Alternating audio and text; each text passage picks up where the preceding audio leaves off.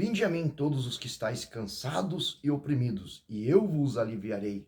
Tomai sobre vós o meu jugo e aprendei de mim, que sou manso e humilde de coração, e encontrarei descanso para as vossas almas. Porque o meu jugo é suave e o meu fardo é leve. Opa! Shalom, shalom Adonai. Que a graça, a misericórdia e a bondade de Deus seja sobre a tua mente, sobre o teu coração, sobre a tua vida e tudo que representar você. Que bondade e misericórdia possa te seguir todos os dias da sua vida, em nome de Jesus. Essa é a minha oração, essa é a minha súplica, a minha ação de graça, minha intercessão e o meu desejo de todo o meu coração, tá? Vamos estudar um pouquinho a palavra, vamos entender um pouquinho o manual do ser humano. Você topa, você aceita, você deseja e permita eu dividir contigo a experiência do ensino que Deus me deu hoje, né? Porque conhecereis a verdade e a verdade vos libertará. E a palavra da verdade está aqui nesse livro sagrado, né? Mateus capítulo 11, 28, 29 e 30. Acabamos de ler. Acabei de citar ele aqui. E essa é uma Bíblia de estudo. É uma Bíblia pentecostal, Almeida, revista e corrigida. É uma boa Bíblia, tá? Uma boa Bíblia. Aconselho todos terem. É uma Bíblia diferente da Bíblia comum. Além de ter o texto, né? Texto bíblico. Lembrando que a Bíblia fechada, esse não é um livro comum como qualquer outro. Ela fechada é um livro comum, aberta, principalmente quando eu falo, Pai, Senhor, Espírito Santo, fale comigo. É a boca de Deus transmitindo ao meu e ao teu coração. A minha mente e a tua mente, aquilo que Ele quer nos comunicar. Porque aqui, através da palavra, que Ele vai nos revelando a tua vontade, o teu plano, os desígnios, os propósitos, e assim vamos aprendendo, compreendendo para ensinar. Este é o propósito dessas palavras, é o propósito do Evangelho, e é a isto que Jesus morreu por mim e também por você. Porque Ele te ama e Ele provou esse amor no amor ágape, o amor sacrificial. Tá? Vamos lá. Jesus disse, né, o Yeshua, vinde a mim. Ou seja, não é Jesus vem a mim, é vinde a mim. O que Jesus está dizendo é que eu não vou a você. Eu não sou o seu escravo, eu não sou o seu servo, mas você vinde a mim. É um convite. Ele está dizendo, vinde a mim. Você que está cansado e oprimido. Me fala para mim, às vezes a gente se sente cansado, é verdade? Ou é só eu que fico cansado às vezes, né? Cansado dos muitos afazeres, cansado de esperar. Às vezes, muitas situações nos cansa, né? Porque a conta não fechou no final do mês, porque uma promessa está se demorando a cumprir, ou porque a gente ora bastante, intercede bastante, clama bastante por aqueles que a gente ama, e ainda assim elas continuam perdidas, continuam cegas espirituais, continuam sem propósito, continuam vivendo uma vida medíocre, né? Mesmo Deus oferecendo tanto, mesmo as possibilidades, né? Às vezes mesmo tendo tanto, mas ainda continuam gritando, xingando, falando palavrões, se perdendo em todos os aspectos da vida. É só eu que canso nisso daí ou você também cansa? Eu acho que todos nós, né? Então Jesus ele está fazendo um convite para mim, também um convite para você. Vinde a mim.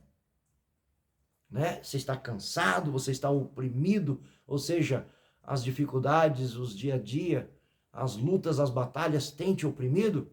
Vinde a mim. Vem a mim. E não vinde a mim por vir só, porque eu te aliviarei. Dizendo Yeshua, dizendo o nosso Deus, dizendo Jesus, que com amor sacrificial, com amor provado na cruz, morreu por mim, também por você. Ele disse, você que está cansado, você que está oprimido, vai a Jesus. Vai a Jesus. porque ele está te fazendo um convite nesta hora, por esta palavra. Porque a palavra que ele, sobre o contexto, ele estava orientando as últimas orientações aos seus discípulos e aos que estavam próximos a ele. Mas também é uma palavra que se renova cada manhã, segundo a própria palavra. Ela se renova cada manhã. As misericórdias do Senhor se renova cada manhã e a cada dia. Então ela é atemporal, ou seja, essa palavra ela é para nós hoje. Não é foi, mas agora ela é para nós hoje, porque o mesmo Deus que pregou aqui essas palavras é o Deus do passado, do presente e do futuro. Então essa palavra é para você, essa palavra é para mim, que nós possamos, que nós temos e fomos convidados hoje, está sendo agora, para que possamos ir a Jesus. Os que estão oprimidos e os que estão cansados. E ele promete, eu, teu Deus, a ti aliviarei, te ajudarei, te sustentarei, te ajudarei. Tomai sobre vós o meu jugo. O que é tomar sobre vós o meu jugo? O jugo do homem, o que essa palavra não está dizendo, não é tomar sobre vós o jugo dos juízes, o jugo dos presidentes, dos governos, o jugo do seu patrão, o jugo da sua família, aqueles que estão, né, te pesando com os julgamentos, com apontar de dedo, ou com as leis, né, até mesmo os religiosos, como ali na época os hipócritas, os fariseus, que davam duras penas, duros pesares, para que os seus servos e conservos seguissem, porém eles não seguiam. Não tinha amor nos julgos. Então aqui não tá, essa palavra não está dizendo para poder seguir qualquer jugo, mas tomai sobre vós o meu jugo, dizia Jesus, o meu jugo, né? O jugo da palavra, o jugo dos ensinamentos, o jugo do livro da lei, né? Porque às vezes você fala, poxa, os 10 mandamentos é difícil se cumprir. E ninguém cumpriu. Mas não é que ninguém cumpriu porque são difíceis. Para mim, difícil não é seguir a lei que fala não matar, não adulterar, não mentir, não roubar. Para mim, o mais difícil é eu matar, for pego porque eu matei, tirei a vida de alguém e aí eu pagar na justiça porque eu matei. Isso é mais difícil. Cumprir a lei e não matar é muito melhor, porque eu vou estar isento de ser pego pela justiça do homem, ser pego pela justiça de Deus, ou ser pego pelas pessoas que vão vingar o teu ente querido que você matou. Para mim, isso é difícil. Mentir, né? A mentira, dizia minha mãe, né? Tem perna curta. Então, quando você mente, você sabe que mente. Deus sabe que você mente também. Por quê? Porque a mentira, porque Deus é onisciente, onipresente e está em toda parte, em todo lugar. E você também sabe quando está mentindo. Então não existe, se existe duas pessoas que não vamos conseguir mentir, para ela, é para Deus e para nós mesmos. Então por isso vamos optar pela verdade. A mentira tem perna curta. Então a mentira, na hora, pode ser um escape, pode ser uma tangente, e pode ter te dado uma falsa impressão de alívio, ou levado a situações, né, que você não iria. Porém, quando ela for descoberta, você vai pagar o preço da vergonha, você vai pagar o preço do descrédito, você vai pagar o preço, né, das pessoas te olharem e não confiarem mais em você. Então, para mim o difícil não é não mentir para não ser pego. Para mim o difícil é mentir e for pego e passar pela vergonha, passar pelo o que eu vou colher, porque a colheita é opcional, mas o plantio, ou melhor, o plantio é opcional, mas a colheita é obrigatória. Então, plantio, você pode optar, plantar ou não, semear ou não, mas a colheita daquilo que você plantou ou deixou de plantar é obrigatória. Todos temos que colher. Essa é a lei, né? Então ele diz, tomai sobre vós o meu jugo e aprendei de mim, dizendo Jesus. Então eu tomo o jugo de Jesus. Eu tomo o que? Os preceitos, as leis, os mandamentos. 1 João 5, 3 diz, as leis do Senhor, os preceitos do Senhor. Vamos até ler. 1 João, abre aí na sua Bíblia, 1 de João 5, capítulo 5 e versículo 3. Por quê? Este é o amor de Deus, que guardemos os seus mandamentos, e os seus mandamentos não são pesados. Porque este é o amor de Deus, que guardemos. O que eu guardo? Os mandamentos de Deus. Não matarás, não adulterarás, não darás falso testemunho, não minta, não adultere, não seja idólatra, não adores falsos ídolos, né? Ou ídolos de madeira, Ave Maria, Buda, ou seja, o que você possa imaginar aí de ídolos. Você pode idolatrar pessoas, pode idolatrar coisa, pode idolatrar posição social. Então, é pecado. Não seja idólatra, porque fere a Deus, entristece o Espírito Santo e afasta a presença do Senhor. Né? Não esteja entre os beberrões, nem os que praticam glutonarias, né? Os pecadores. Né? E os mandamentos, então guardar. Eu guardo tudo isso em mim. Para Salmo 119, versículo 11, guardei os teus mandamentos no meu coração, ou seja, no lugar mais secreto, no lugar mais reservado. Bíblia, quando fala coração na Bíblia, é na mente, na sede das emoções, no intelecto. Então, guardei os seus mandamentos no meu coração para não pecar contra o Senhor. Salmo 119, versículo 11. Então, guardemos os mandamentos, e os seus mandamentos, ou seja, os mandamentos de Deus, de Jesus, não é pesado. É o que diz essa palavra, segundo aqui no Novo Testamento, escrito pelo apóstolo João, apóstolo amado de Jesus, 1 de João, capítulo 5. No versículo 4, seguindo em diante, porque todo o que é nascido de Deus vence o mundo. E essa é a vitória que vence o mundo, a nossa fé.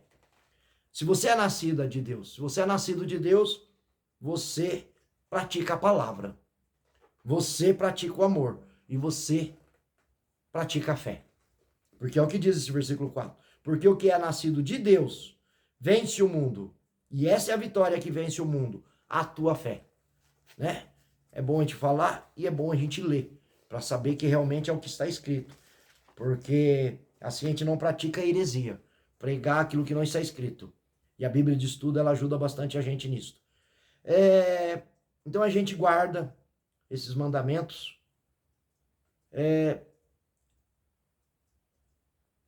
Tomai sobre vós o meu jugo e aprendei de mim. Então, Jesus está convidando agora para que a gente possamos aprender na palavra. Aprender de Jesus é na palavra. O Espírito Santo vai ensinando para nós, na meditação da palavra, todo dia, um pouquinho todo dia. Eu sou manso e humilde de coração, dizendo Jesus, e encontrareis, olha que promessa, e encontrarei descanso para o quê? Para as vossas almas. Sabe o que é a alma? A alma não é o corpo. A alma não é o físico. A alma não é o espírito. Somos compostos de quê? Corpo, alma e espírito. Deus olhou, depois que ele fez céus, terras, mares, universo, ele olhou e disse, façamos. Ele olhou para Jesus, que era o Filho, olhou para o Espírito Santo e disse, façamos o homem segundo a nossa imagem, segundo a nossa semelhança. Gênesis, né? No princípio, onde tudo foi criado, inclusive eu e você. E aí ele colocou a mão no barro e fez o homem. Né? Fez o boneco de barro, pegou a terra, misturou com a água, transformou em barro, formou o barro, e ali ele fez, né, o primeiro homem, Adão. Porém não tinha ar, não tinha respiração, não tinha vida. Soprou em suas narinas o fôlego da vida e colocou nele o teu espírito. Aí formou alma vivente. Então o que é meu, o que é seu? O espírito é de Deus, é um empréstimo. Vai voltar para Deus quando tombarmos a sepultura. O corpo foi feito do pó e para o pó voltará, segundo a palavra. O que é nosso?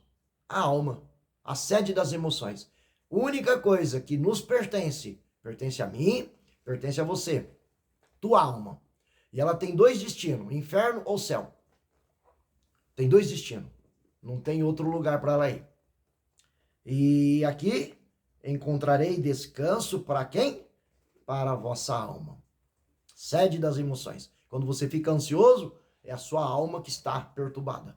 Quando você fica triste, é a sua alma que está triste. Quando você fica alegre e regozijando, é a tua alma que está alegre e está regozijando. Quando você se sente em paz, salvo, que o teu Espírito de Deus transmite ao teu espírito, que é o empréstimo de Deus, que vai voltar para Deus, então deposita em você a esperança, a fé, o desejo pela vida eterna, né? Porque em Eclesiastes 3:11, porque Deus depositou em cada um de nós o desejo pela vida eterna. Há um espaço vazio dentro de mim, dentro de você, que só Deus preenche, tá? Então essa palavra está dizendo, ou seja, Jesus está dizendo para mim e para você, que é para entregar os teus fardos, para pegar o fardo dele que é mais leve, trocar, né, os fardos desse mundo pelo dele, porque ele é manso, que ele é humilde de coração.